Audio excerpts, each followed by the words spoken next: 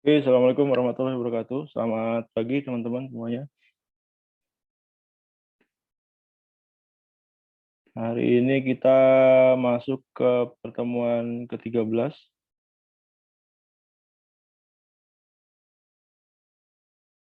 Bisa berapa ya? 13. Sisa 3 pertemuan lagi sama hari ini. Sebelum masuk ke final test ya. Hari ini topiknya kita pengembangan software di cloud computing. Teman-teman jangan lupa kerjain tugas dan kuis ya. Nah.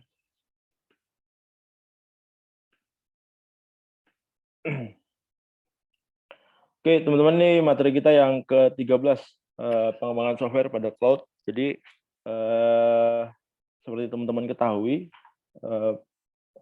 cloud ini ada beberapa service yang diberikan, ada SaaS, software as a service, ada PaaS, platform as a service, ada IaaS, ya, infrastruktur as a service. Nah, pemanfaatan pengembangan software pada cloud ini banyak dimanfaatkan pada yang pasnya itu platform as a service ya. Jadi banyak programmer atau developer dia memanfaatkan cloud untuk mengembangkan software. Karena apa? Karena lebih efisien ya, lebih ekonomis timbang dia beli license masing-masing ya. Goals-nya ini memahami bagaimana aplikasi SaaS berbeda dengan perangkat lunak atau perangkat tradisional atau aplikasi tradisional. Kemudian memahami bagaimana software as a service menguntungkan penyedia layanan sampai ke end user. Kemudian ada pro kontranya, kemudian ada challenge-nya dalam menggunakan aplikasi software as a service. Kemudian kita memahami mengembangkan aplikasi SaaS berbasis cloud menggunakan teknologi platform as service. Jadi memang ini solusi buat teman-teman yang bergerak sebagai developer, mungkin nanti Anda one of developer di Indonesia gitu ya. Nah, ini pembedanya SaaS dibandingkan perangkat lunak tradisional ya. Karakteristiknya apa sih yang membedakan antara SaaS dari aplikasi tradisional? Aplikasi tradisional itu yang diinstal di laptop masing-masing user ya. Jadi dia tidak menggunakan aplikasi cloud yang memang digunakan secara bersama-sama. Jadi orang atau kita atau end user menggunakannya itu nggak lagi harus install di aplikasinya ya. Sepanjang dia bisa punya internet connection, kemudian dia bisa menggunakan layanan tersebut. Kalau SaaS sendiri menyediakan akses web ke perangkat lunak komersial dengan basis bayar sesuai penggunaan. Jadi Anda nggak perlu install lagi di laptop Anda semua softwarenya gitu ya. Anda bisa akses di cloud tersebut. Kemudian aplikasi SaaS dikembangkan, disebarkan, dikelola dari lokasi pusat oleh penyedia layanan. Jadi nggak perlu repot-repot lagi update atau maintenance dari softwarenya gitu ya. Semuanya sudah disajikan ya oleh pengelola atau oleh providernya. Kita tinggal using aja. Misalkan besok muncul update terbaru tentang software yang generasi terbarunya gitu ya. Ya besoknya kita udah bisa menggunakan. Mungkin bisa lebih cepat lagi. Misalkan hari ini ada update-nya, hari ini Anda udah bisa menggunakan. Tergantung dari providernya. Kemudian memungkinkan instance aplikasi SaaS yang sama untuk dibagikan kepada banyak pelanggan atau banyak penyewa ya. Konsepnya gitu ya, kalau cloud itu bisa dipakai rame-rame ya. Jadi yang mengakses software tersebut boleh jadi bukan Anda aja gitu ya. Bisa juga ada orang lain juga gitu ya. Kemudian pembaruan dilakukan oleh penyedia layanan ya tadi saya bilang update software kalau ada permasalahan gitu. eh, itu di maintain sama provider. Kalau ada yang crash gitu ya, itu kan sangat menghambat kerja kita ya sebagai programmer, sebagai developer. Begitu kita mau develop ternyata aplikasi yang membantu kita untuk mendevelop software tersebut crash gitu ya. Kita harus install ulang gitu ya. Kita harus cari errornya di mana, terus kemudian fix it gitu ya. Itu sangat wasting time. Ya, dengan adanya SaaS ini gitu, para developer nggak perlu lagi pusing-pusingin itu gitu ya. Kapanpun, dimanapun dia mau dia mau kerja gitu, dia tinggal open internet akses aja. Kemudian masuk login sebagai usernya dia. Kemudian aplikasi SaaS memungkinkan integrasi layanan dengan pihak ketiga lainnya melalui antarmuka pemrograman aplikasi atau API yang disediakan oleh mereka. Jadi beberapa provider sudah memungkinkan, jadi ada integrasi, misalkan ada satu service ke service yang lainnya, itu sudah memungkinkan atau udah diintegrasikan jadi jadi akan lebih mudah nanti buat teman-teman developer. Manfaat SaaS-nya ini ya seperti yang Anda udah ketahui, pay per use ya. Jadi dia membayar sesuai apa yang digunakan. Di luar itu dia nggak akan bayar. Tapi kalau misalkan Anda mengembangkan lewat tradisional gitu, boleh jadi Anda butuhnya apa, bisa jadi semuanya Anda bayar gitu, lansam. Kalau ini lebih hemat. Dan ukuran organisasi gitu, harusnya sih lebih ekonomis gitu ya. Kemudian zero infrastruktur ya, karena nggak perlu install, kemudian nggak perlu server gitu untuk running software-nya gitu ya. Nggak perlu hardware, spek laptop kita juga nggak perlu ditambah gitu ya. Dan itu bisa running. Oke. Kemudian easy of access. Jadi ada beberapa aplikasi yang memang disediakan cloud, hanya perlu browser biasa aja, browser sederhana, kemudian ada koneksi internetnya dan dia bisa langsung running gitu ya. Dan sangat mudah menggunakannya. Easy of access. Kemudian automated update yang tadi saya bilang gitu ya. Kalau misalkan diinstal di laptop kita selalu mikirin tuh update-nya, kemudian kalau ada crash gimana, kalau di cloud SaaS gitu ya, itu nggak perlu pusing-pusing gitu ya, udah otomatis ya, udah ada yang maintain. Hari itu ada update terbaru, ya udah dia akan terupdate sendiri, kita nggak perlu pusingin gitu ya, kita hanya menggunakan aja. Composite service dengan aplikasi SaaS dapat mengintegrasikan layanan web pihak ketiga lain yang diperlukan atau layanan cloud melalui API mereka. Hal ini mungkin kita untuk membuat layanan komposit ya. Jadi kalau kamu mau integration dengan software-software lain misalkan, atau software yang Anda develop mau diintegrasikan dengan aplikasi lain ya, itu sudah sangat memudahkan.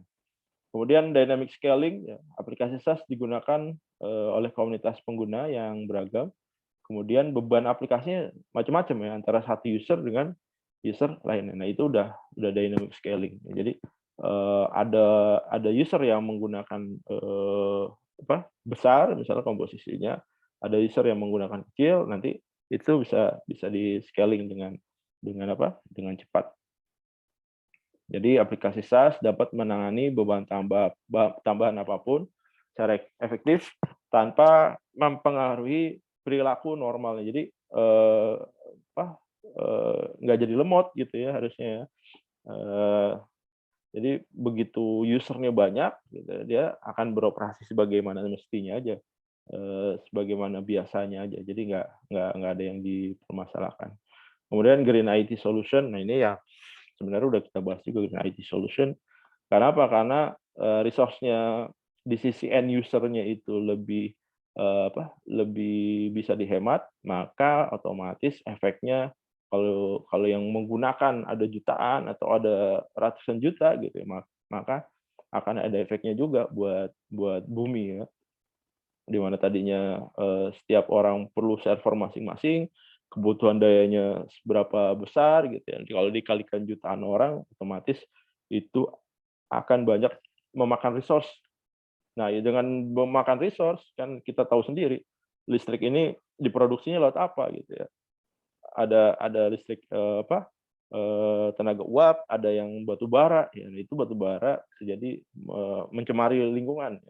Kalau misalkan pemakaian listrik itu bisa ditekan, otomatis pencemaran lingkungan bisa dikurangi juga. Makanya itu dinamakan green IT solution.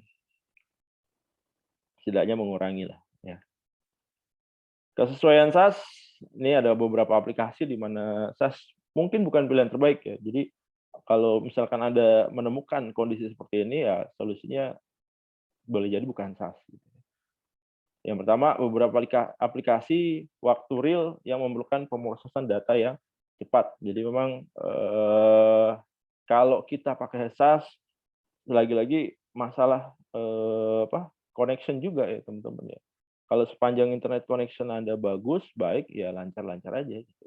Nggak ada masalah. Tapi kalau misalkan internet connection Anda kurang baik gitu ya, ya boleh jadi nanti pekerjaan Anda akan terhambat juga. Oke. Kemudian aplikasi di mana data organisasi lebih rahasia dan organisasi datanya menyimpan data secara eksternal. Jadi jangan pilih ini teman-teman ya, kalau misalkan ini data ini adalah core bisnisnya perusahaan gitu ya. Kemudian sangat rentan kalau misalkan bocor gitu ya.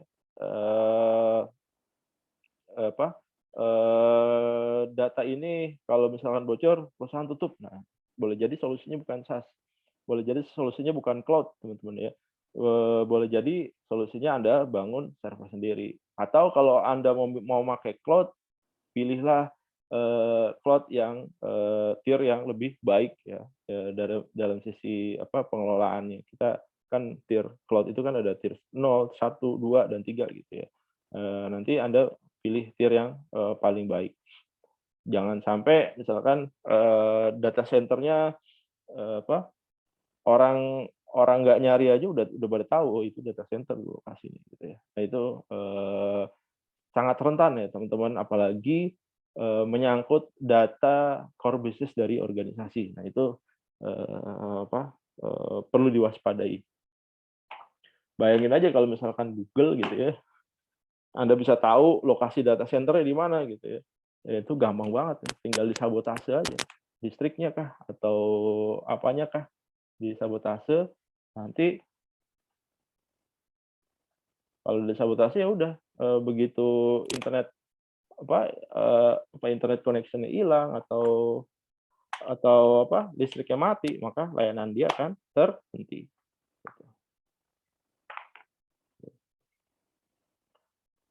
Kemudian yang ketiga, aplikasi on premise yang ada memenuhi kebutuhan organisasi. Oke.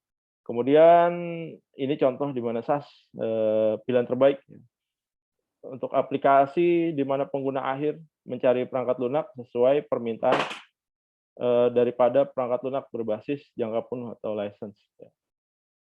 Kemudian jadi kalau misalkan Anda beli software ya dan itu butuh license per tahun gitu ya. Kemudian juga yang menggunakan di organisasi Anda gak banyak, mungkin SaaS solusi terbaik. Bisa menghemat anggaran karena pasti lebih murah ketimbang dia langsung subscribe ke software provider-nya langsung.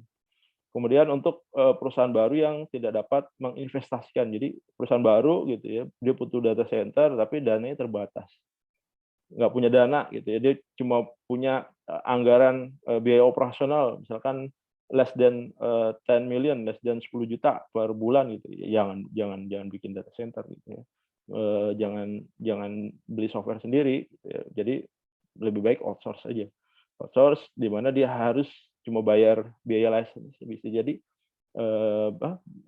dia cuma bayar 2-3 juta per bulan. Perusahaan tempat saya kerja baru bikin layanan payment gitu ya, payment gateway, Nah, kita butuh cloud, kita butuh kita butuh server buat nyimpen aplikasi kita, buat nyimpen software kita. Maka yang terjadi apa? Ya udah kita sewa aja. Kalau kalau kita beli habis ratusan juta. Sementara kalau saya sewa dengan penggunaan per bulan saya cukup bayar 2-3 juta per bulan sesuai dengan penggunaan, sesuai dengan traffic. Kalau misalkan once traffic saya besar ya saya bisa bayar 3-4 juta sebulan gitu. Tapi kalau misalkan standar-standar aja paling 2-3 juta. Itu juga dan itu udah ekonomik sekali ya teman-teman. Kita nggak perlu nyewa orang buat jagain data center kita nggak perlu nyediain power supply, kita nggak perlu beli barang ya, beli server dan segala macam gitu ya. Kita cukup bayar 2-3 juta sebulan, udah kita terima beres dan bisnis kita bisa jalan. Kemudian oke, ini udah. Untuk aplikasi yang membutuhkan aksesibilitas dari perangkat genggam atau thin client. Jadi, oke, itu jadi pilihan terbaik. Kemudian untuk aplikasi dengan beban tak terduga. Jadi, ya ini Anda punya bisnis, gitu ya. Anda bisa nggak bisa ngukur traffic-nya. Hari ini berapa, besok berapa, lusa berapa, Anda nggak bisa ngukur. Bisa jadi hari ini traffic-nya 1 juta gitu ya. Besok 100.000, besok lagi 500.000, besok lagi 3 juta. Nah, itu baiknya Anda menggunakan cloud aja gitu ya. Karena kalau Anda nyediain server sendiri gitu ya, Anda udah pitching nih, misalkan bulan ini traffic gue kira-kira per harinya 1 juta. Kemudian ada investasi tuh server sesuai dengan kapasitas traffic 1 juta. Tapi begitu ini jalan, ternyata traffic-nya cuma 100.000, teman-teman. Akhirnya Anda miss 900.000. Anda ngebuang dana Anda percuma 900.000. Atau begitu Anda sewa yang 100 juta gitu Anda ya 100 Anda investasi untuk server dengan kapasitas traffic 1 juta traffic gitu ya. Tapi di hari pertama traffic-nya udah 3 juta gitu ya. Yang terjadi apa? Website Anda down, nggak bisa diakses. Nah, itu mungkin SaaS itu pilihan terbaik atau cloud itu pilihan terbaik ya. Jadi kalau Anda bisa manage, kira-kira Anda bisa prediksi traffic per hari udah fix segitu gitu ya, dan nggak akan nambah gitu. Kalaupun nambah paling 10-20%, 10-20% gitu ya, Anda bisa estimasi itu, memastikan itu ya udah, silakan Anda investasi. Tapi kalau misalkan nggak pasti ya lebih baik nggak usah. Gitu. Kayak bisnis yang saya bangun nggak pasti. Awalnya nggak pasti berapa traffic-nya karena baru mulai kan. Karena baru mulai berapa traffic-nya, ya udahlah masuk cloud aja. Cloud begitu masuk, kita udah lihat traffic-nya, tapi masih naik turun ya udah. Dan memang lebih ekonomis itu ketimbang kita investasi. Karena investasi nanti server kita bisa jadi 5 tahun mendatang udah obsolete ya. Udah harus diganti, udah kayak sekarang kan Windows 7 itu udah nggak ada update-nya ya. Kemudian kalaupun nanti next-nya ke depannya kalau nggak salah Chrome itu nggak bisa jalan di Windows 7. Nah itu yang harus diwaspadai teman-teman. Once kita mau upgrade resource kita gitu pasti butuh dana lagi. Daripada kita ngabisin duit buat itu lebih baik kita outsource-kan aja gitu.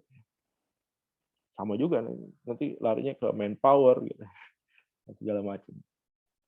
Karena kalau kita bicara bisnis, kita bicara untung rugi, teman-teman ya.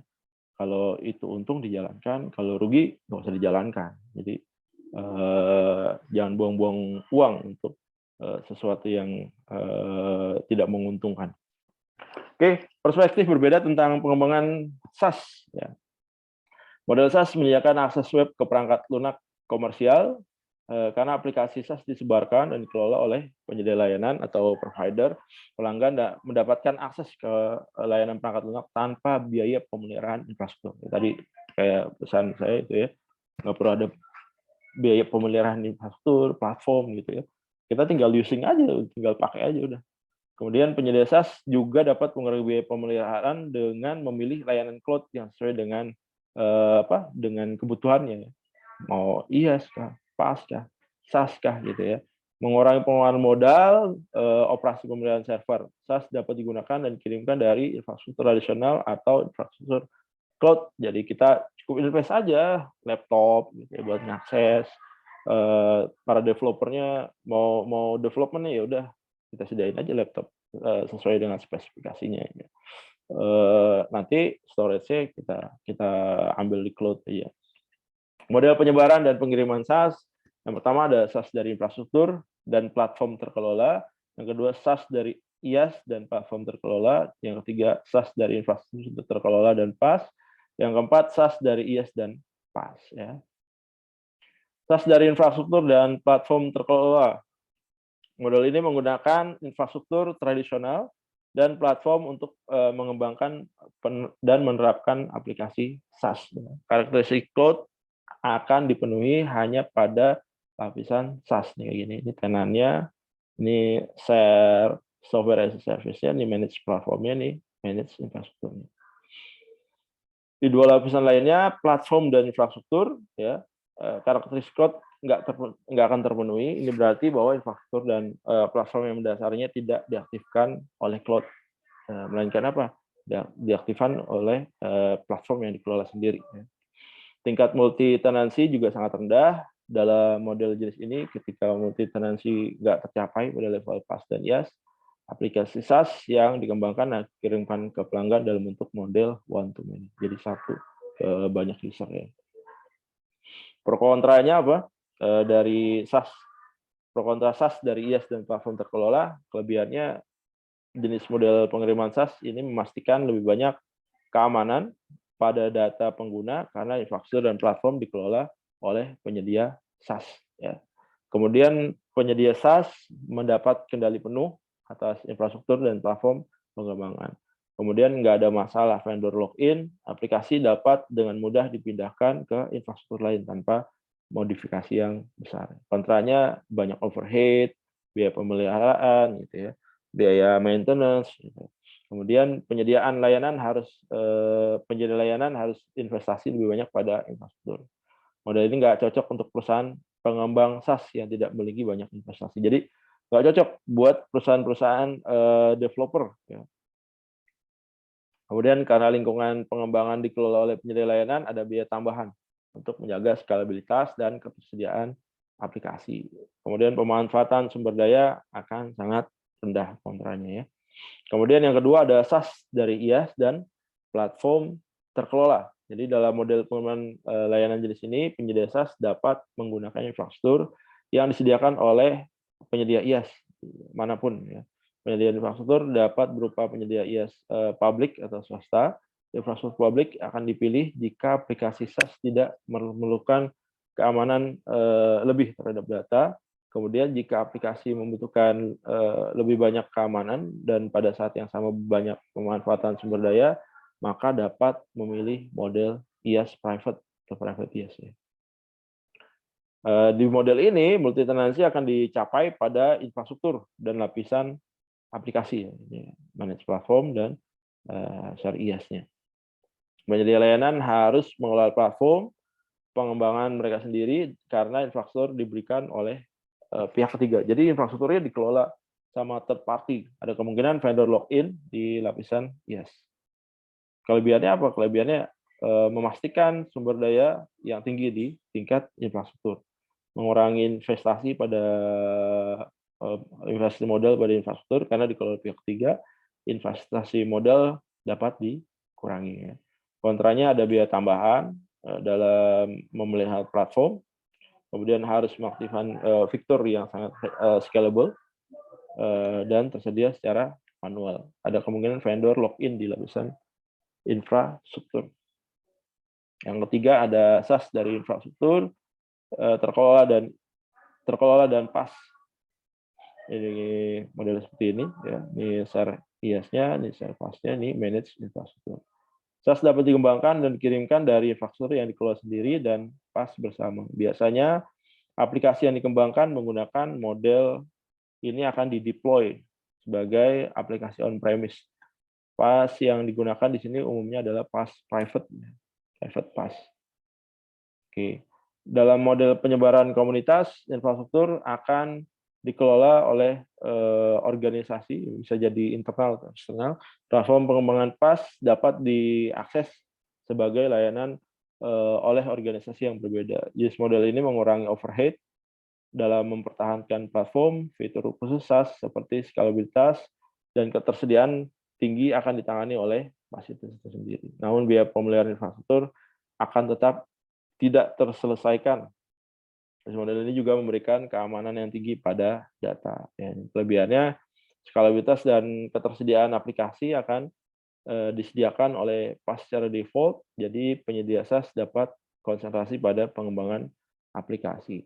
Keamanannya moderat gitu ya, dan tata kelolanya penuh atas data pengguna. Kontranya, meskipun overhead dalam pemberian platform pengembangan berkurang, overhead dalam pemberian infrastruktur masih belum bisa diselesaikan. Jadi model ini hanya cocok untuk aplikasi SaaS private atau public, karena beban pada SaaS publik tinggi dan tidak dapat diprediksi.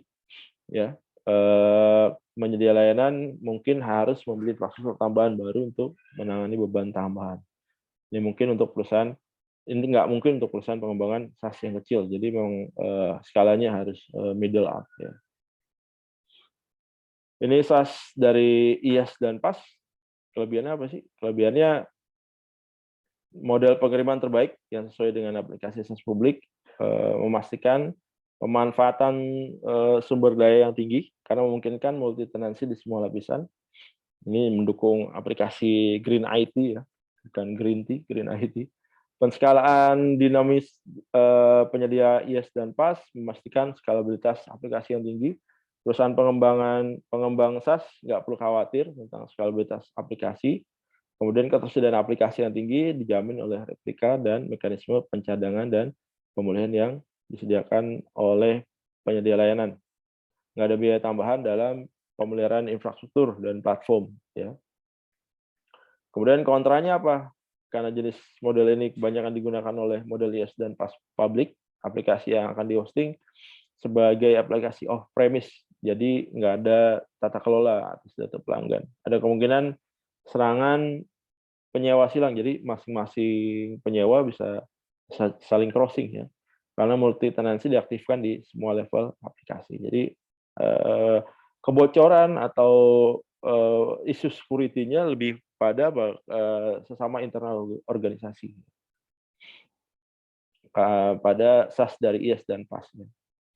Multi tenancy ya ini yang saya udah pernah ceritakan sebelumnya. Multi tenancy jadi bisa dipakai banyak user gitu ya. Security dari konsekuensi penting ya dari multi tenancy. Jadi memang isunya adalah kalau dipakai oleh banyak user ya udah. Apalagi beda organisasi, apalagi dipakai oleh banyak orang, pasti ada masalah security-nya ya. Itu yang harus diperhatikan gitu ya. Gimana caranya kita memprotek kalau misalkan datanya itu bersifat core dari bisnis, saran saya pakai yang private ya, jangan pakai yang public ya. Oke, skalabilitas bisa diskalakan aplikasi SaaS, menangani beban ekstra secara efisien gitu ya, khususnya buat perusahaan-perusahaan yang memang dia nggak bisa prediksi ya beban trafficnya dia berapa besar. Kemarin di tempat saya tuh kebanjiran traffic gitu ya. Jadi tempat saya bisnisnya payment online ya, payment gateway. Sorry. Payment gateway once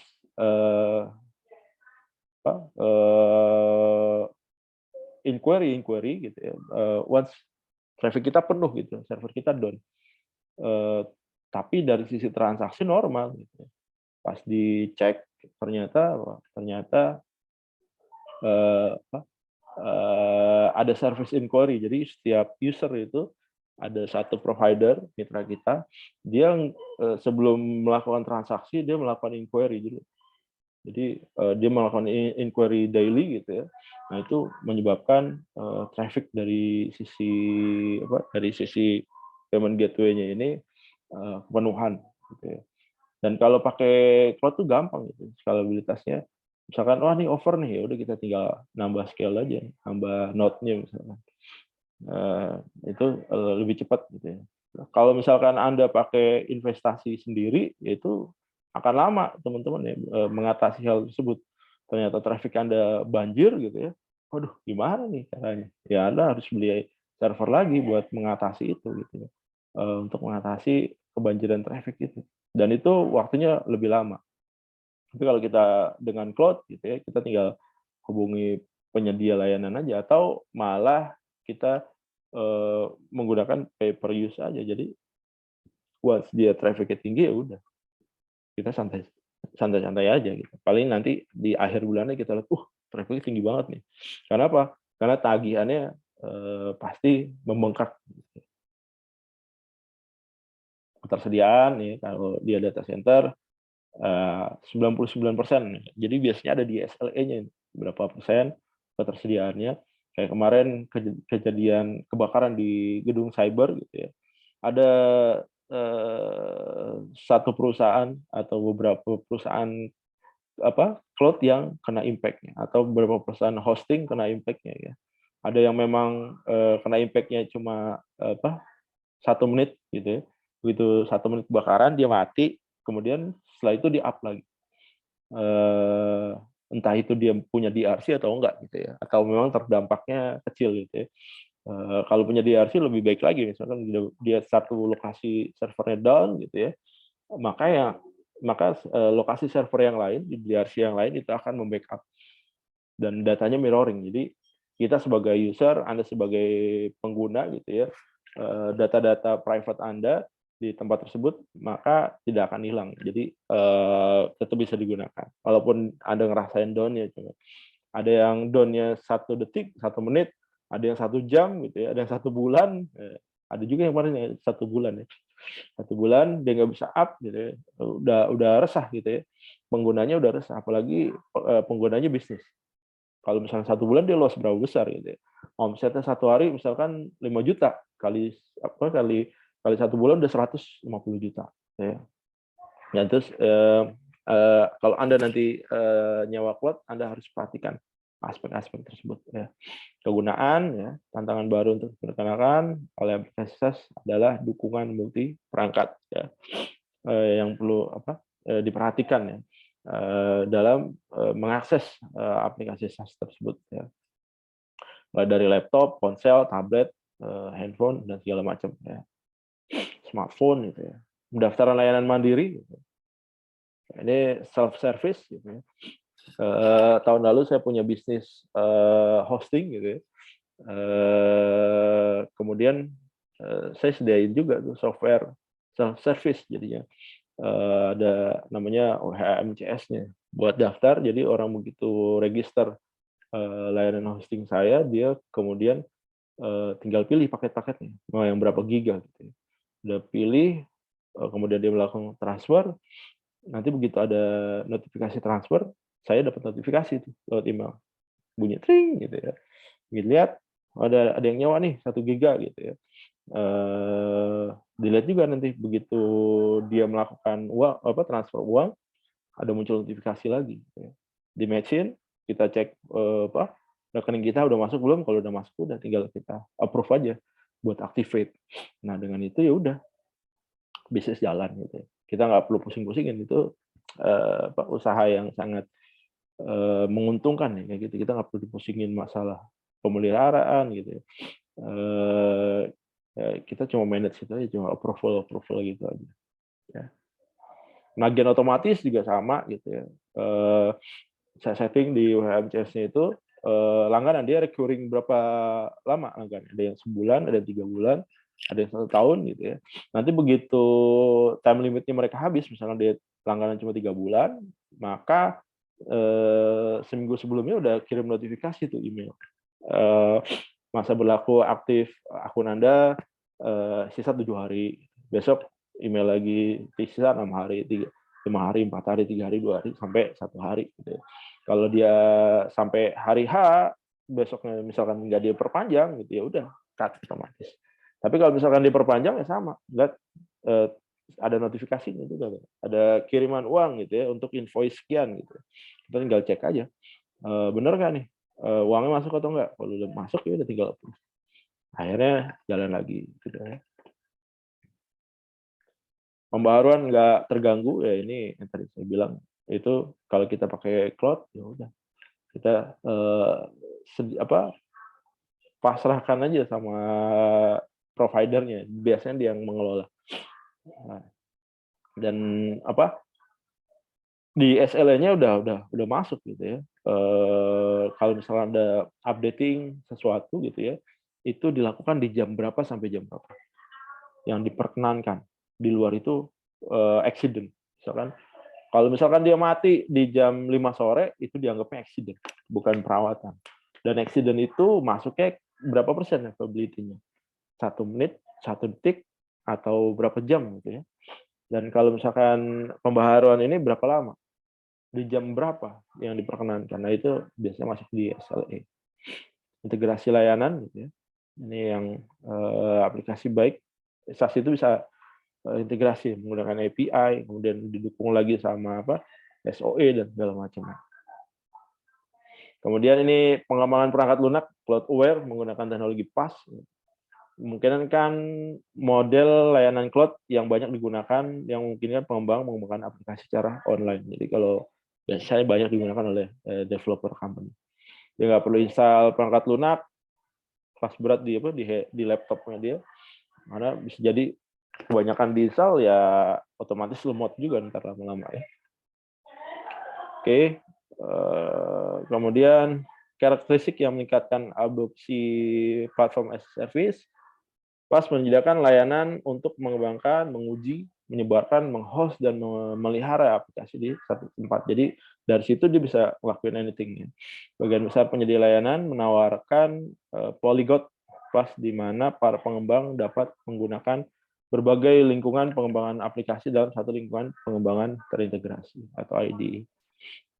Berbagai klien seperti UI Web, CLI Web, API REST, integrasi ADA, meningkatkan kemudahan pengembangan dalam penerapan aplikasi. PaaS menawarkan arsitektur multi-tenant built-in untuk aplikasi yang dikembangkan menggunakan PaaS. Ya. Karakteristiknya ini. Oke. Kemudian ini proses development-nya. Kalau yang tradisional kan ya ada requirement-nya, design, gitu ya. Kemudian implementasi, testing, deployment, scaling, ya, maintenance. Ini yang before ya, ini yang tradisional. Tapi setelah PaaS itu dia cukup ini aja. Ya.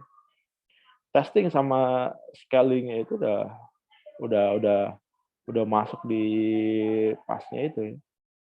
Jadi lebih simpel ya. Nih, PaaS menyembunyikan semua overhead yang ada dalam pengembangan perangkat lunak tradisional. Ini kan overhead. 3 testing, deployment, scaling kan overhead. Platform PaaS akan diberikan kepada pengembang berdasarkan permintaan melalui internet. Jadi para developer dapat menggunakan platform untuk mengembangkan aplikasi mereka. Ya. Aplikasi yang dikembangkan akan secara otomatis digunakan pada infrastruktur penyedia layanan oleh alat platform as a service itu sendiri. Oke, teman-teman, itu yang bisa saya sampaikan pada pertemuan hari ini. Pertanyaannya untuk kuliah hari ini adalah, menurut Anda seberapa besar atau seberapa efektif cloud service ini untuk digunakan oleh para developer? Ya. Oke, nanti teman-teman silakan jawab di komentar YouTube untuk pengganti absen. Saya lihat udah jarang nih teman-teman yang melakukan komentar di YouTube, ya otomatis nilai absensinya jadi nggak ada ya teman-teman ya. Oke, itu aja yang bisa saya sampaikan. Terima kasih atas perhatiannya. Assalamualaikum warahmatullahi wabarakatuh.